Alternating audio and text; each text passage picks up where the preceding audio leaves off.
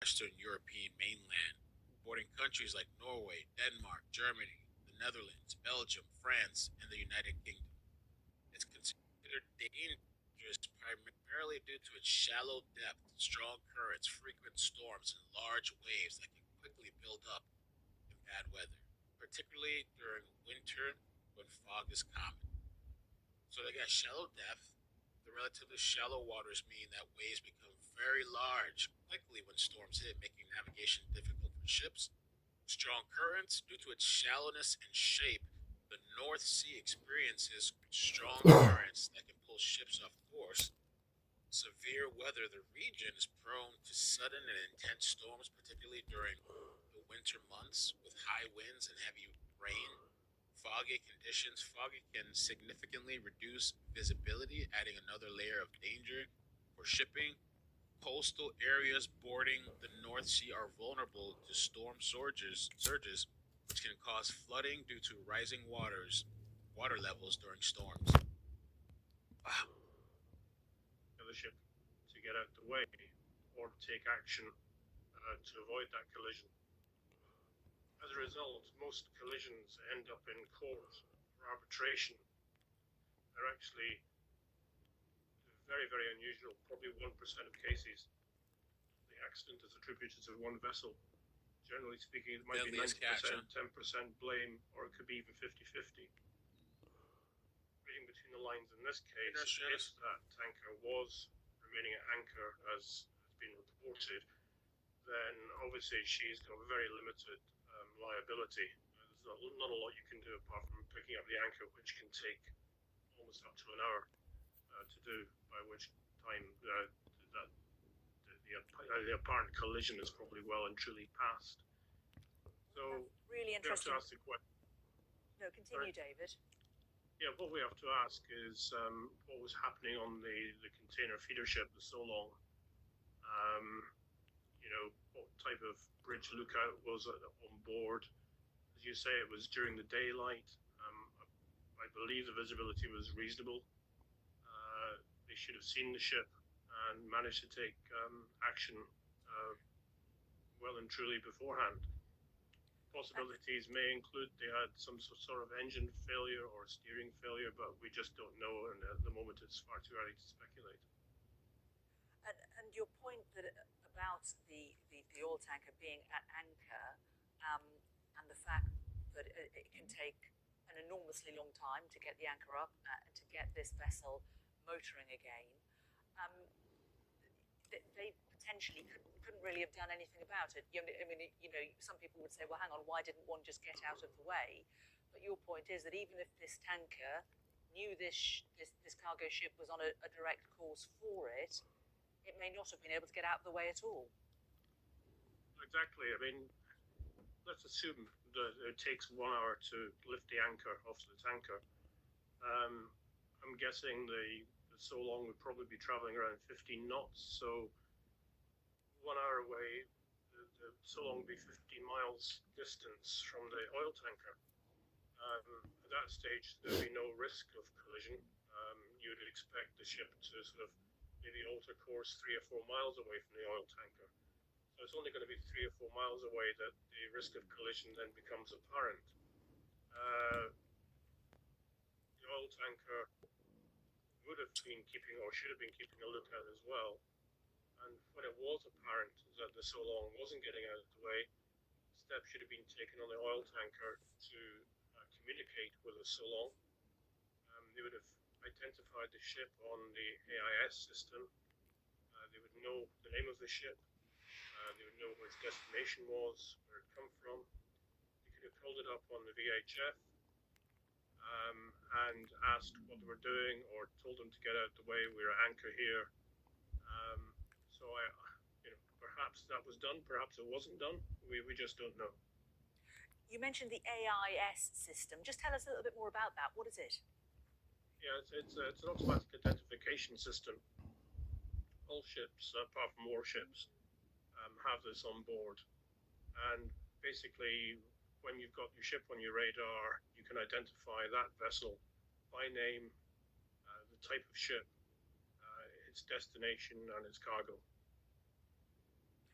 And you mentioned visibility. It was daylight.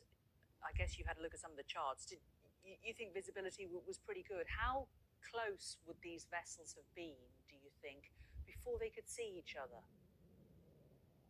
Well, I don't know the exact situation regarding visibility, but I'm assuming it was quite good. Certainly up here in Edinburgh, it was reasonable this morning. I would imagine the visibility would be in the region of 10 miles. Crazy. They should have been able to see each other visually 10 miles away. But on radar, 24 miles. Wow, What's up, so guys? they should very much have known about each other's presence. And what would the legislation be, the rules and regulations about having a bridge lookout? Because as you say, if something does go wrong with all... Crazy morning. Make sure you guys help me out with the like button and the share. So yeah, 32 casualties in the North Sea collision. A cargo vessel collided about 10 miles off the coast of East Yorkshire. Lifeboats and Coast Guard helicopter were called to the collision in the Humber estuary on Monday morning. Believed to involve a U.S. flag tanker called MV Stena Immaculate and Rotterdam-bound cargo vessel Solong. They're saying 32 casualties so far. Wow. Electronics available to each ship to try and help avoid these situations in the first place. And these were two pretty substantial ships, aren't they? 140 metres long, 183 metres long. But how many people roughly would be likely to be on board these? Because my understanding is, although they're enormous vessels, the crews themselves can often be quite sparse. Yeah, as far as the tanker is concerned, I would probably estimate around 22 or thereabouts. On the container ship,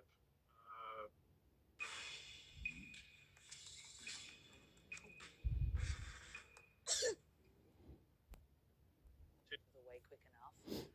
Would they have had enough time to launch the life rafts? What kind of safety procedures and drills would have been happening?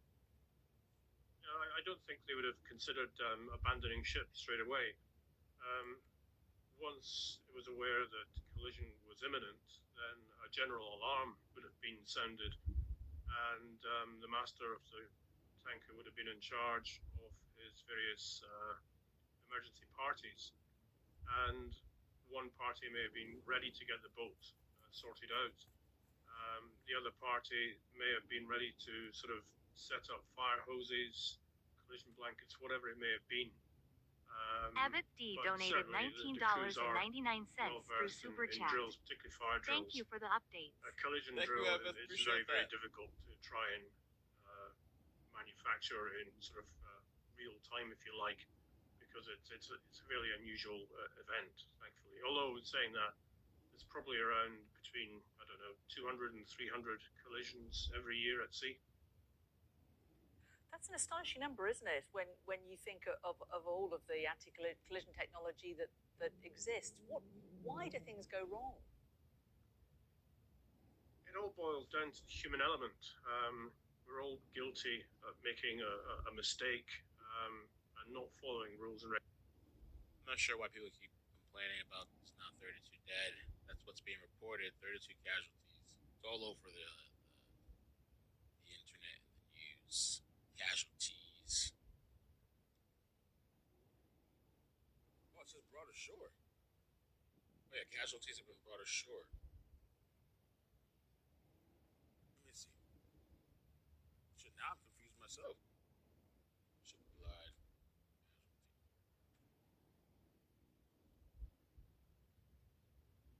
Well, they're saying casualties. Casualties brought ashore. Those casualties brought ashore, but the condition was not immediately clear. Alright, maybe I'll change the title then. Fuck, I don't even know what that means anymore. 30 casualties after oil tanker.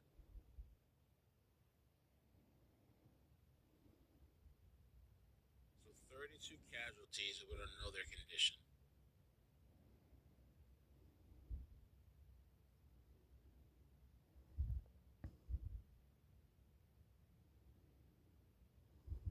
because casualties could mean injury.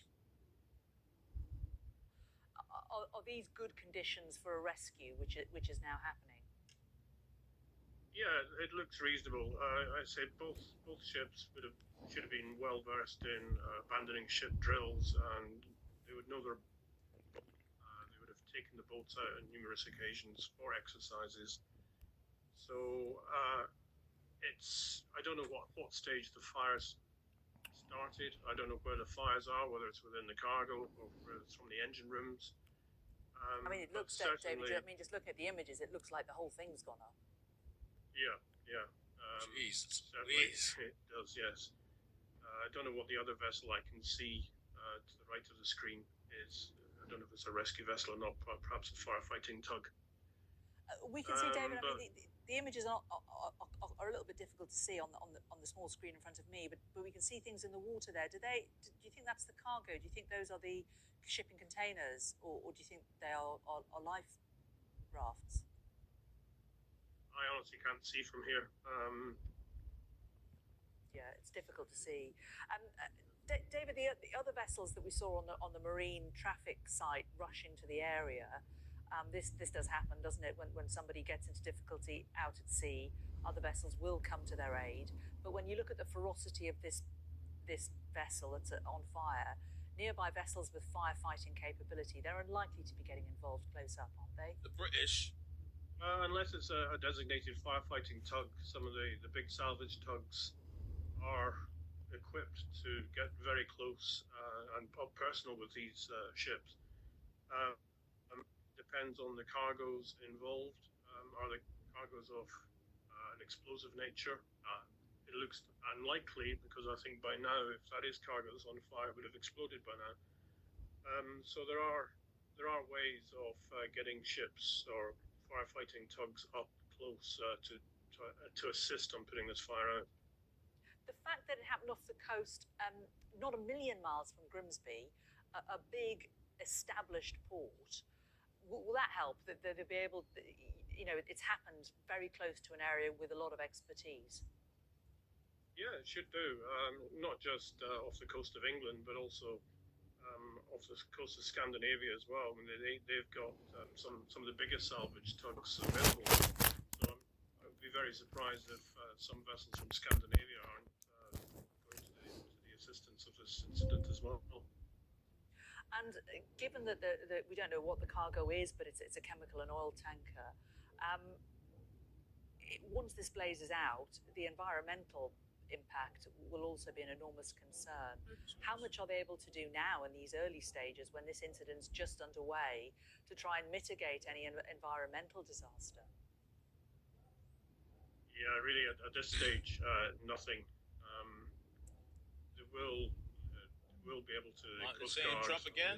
Will be in touch with pollution experts, and they will eventually try and get booms out to try and boom the oil off, skim the oil off from the surface. It may be a case that the majority of the oil cargo does go up in smoke, in which case it doesn't help the environmental impact in the atmosphere, but it certainly would help in the water. They're saying the oil tanker is named Stena Immaculate and is sailing under a U.S. flag, while the cargo ship is named Schlong, and is Portuguese flag, according to the marinetraffic.com. The website also described the U.S. flag vessel as being oil/chemical tanker. The Schlong had been due to travel to Rotterdam in the Netherlands after departing from Rangmouth in Scotland this morning, according to marine traffic. Oh man, what a mess! What a mess! 2025, everything's colliding, crashing. This is not the first one. Wasn't there some ships earlier this year that crashed as well? 2 ships collided or something? Military? Wasn't it some military ships? What a mess! Stena Immaculate was at anchor. It could have taken up for an hour for it to get its anchor up and get moving, given the size of the vehicle, the vessel. So it may not have been able to get out the way, despite the fact it may well have known that the Solane was coming towards it. A lot of questions about why these 2 ships were not talking to each other, what kind of communications were going on between the two of them, and this automatic identification system, which both should have had, which should have alerted both ships to the fact that they were on a collision course. Him pointing out that the visibility this morning, with the weather conditions being what they were, potentially as much as 10 miles, and that they should have been able to see each other on radar as far as 24 miles away, and that both ships should have had lookouts on board. So they should have been able to see each other. Let's just return to what we know so far. Just to remind you of this breaking news, the Coast Guard coordinating an emergency response after an oil tanker and a cargo vessel collided off the coast of East Yorkshire, with reports that they did catch fire. A helicopter and lifeboats are providing emergency response to the incident, as well as a fixed-wing aircraft, which remains ongoing. It's around 10 miles off the coast, near Hull, so not a very far distance from the port of Grimsby. 4 lifeboat crews have been called to the incident from Bridlington, Cleethorpes, Mablethorpe and Skegness. And these are the images which show marine traffic in the area, and this shows the moment of collision. The Stena Immaculate, apparently at anchor, and the Solong container ship travelling from Grangemouth in Scotland yesterday, heading south to Rotterdam, in collision with it. Looking at these images on the right from North Yorkshire weather updates of the huge plume of smoke and flames after this collision, and you can see on the left from the marine traffic site other vessels then rushing to the aid of those on board. The RNLI reporting that a number of people had abandoned the vessels following the collision, and that there were fires on both ships. Just talking to David McFarlane there, So they're saying more than 30 casualties have been brought ashore excuse me, after a cargo vessel collided with an oil tanker in the North Sea. Some crew members are yet to be accounted for, with both vessels ablaze off the coast of Yorkshire. A Coast Guard helicopter and other aircraft were deployed alongside lifeboats from Skegness. Was that Skegness, Bridlington, Mablethorpe, and Cleethorpes to attend the scene? Skegness. Let's see what else. A number of people had abandoned ship, with both ablaze, and the incident is ongoing. Martin Boyers, chief executive of the Port Grimsby East, said 32 casualties had been brought ashore aboard a harbor pilot vessel. Entire crew of tanker. Must be in a different time zone.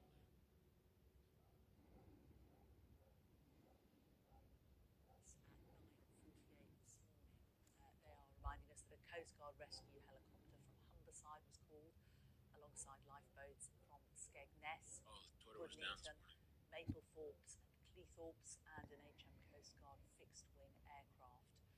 Nearby vessels with firefighting capability as well. The incident is, of course, ongoing. Let's bring in Sky's Shaman Freeman-Powell, just gathering all this information from lots of different sources, aren't we, Shaman? But it appears to be a serious incident. Yeah, that's right. This is a developing story, but we are seeing, aren't we, those dramatic and chaotic scenes of the North Sea, off the coast of East Yorkshire, near Hull, and not far off the coast of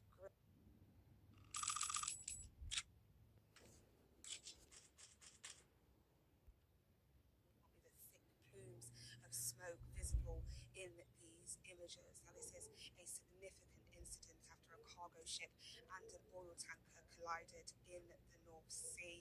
The alarm was raised just before 10 to 10 this morning. Reports that the oil tanker had collided with a cargo ship. As you say, we are now getting information coming in. We still don't know how many people were on those vessels, but we have seen reports that there were people abandoning both vessels, and we can see in those images, can't we, just how bad that fire looks. We can see thick plumes of smoke there in those pictures. Now, we've also seen images from the marine traffic site. It shows the two vessels colliding. You can see in those images that one of the vessels was travelling from north to south. That's the container ship, the Solong and Madeira, travelling from Rotterdam. Seems to colliding with the Stena Immaculate. That's a vessel under the US flag which was travelling from Greece via the UK before colliding. We can also see from those marine traffic images that other vessels had tried to get to the scene. Can assume to try and help. We've also had statements from the RNLI saying that 4 lifeboat crews were called to the incident off the Lincolnshire coast this morning. It added that around 20 past 10 this morning, HM Coast Guard tasked Bridlington, Cleethorpes, Mablethorpe and Skegness lifeboats to support their response to the 2 vessels that were reported to have been in collision with each other. It adds that there were reports that a number of people had abandoned the vessels following the collision, and confirming that there were fires on both ships. It added, though, that by around 20 to 12, Cleethorpes had been stood down, while Bridlington, Mablethorpe and Skegness continued to support the search and the... Let's see what they got here too. Looks like they're live on scene. Skag. But he said it's too far out to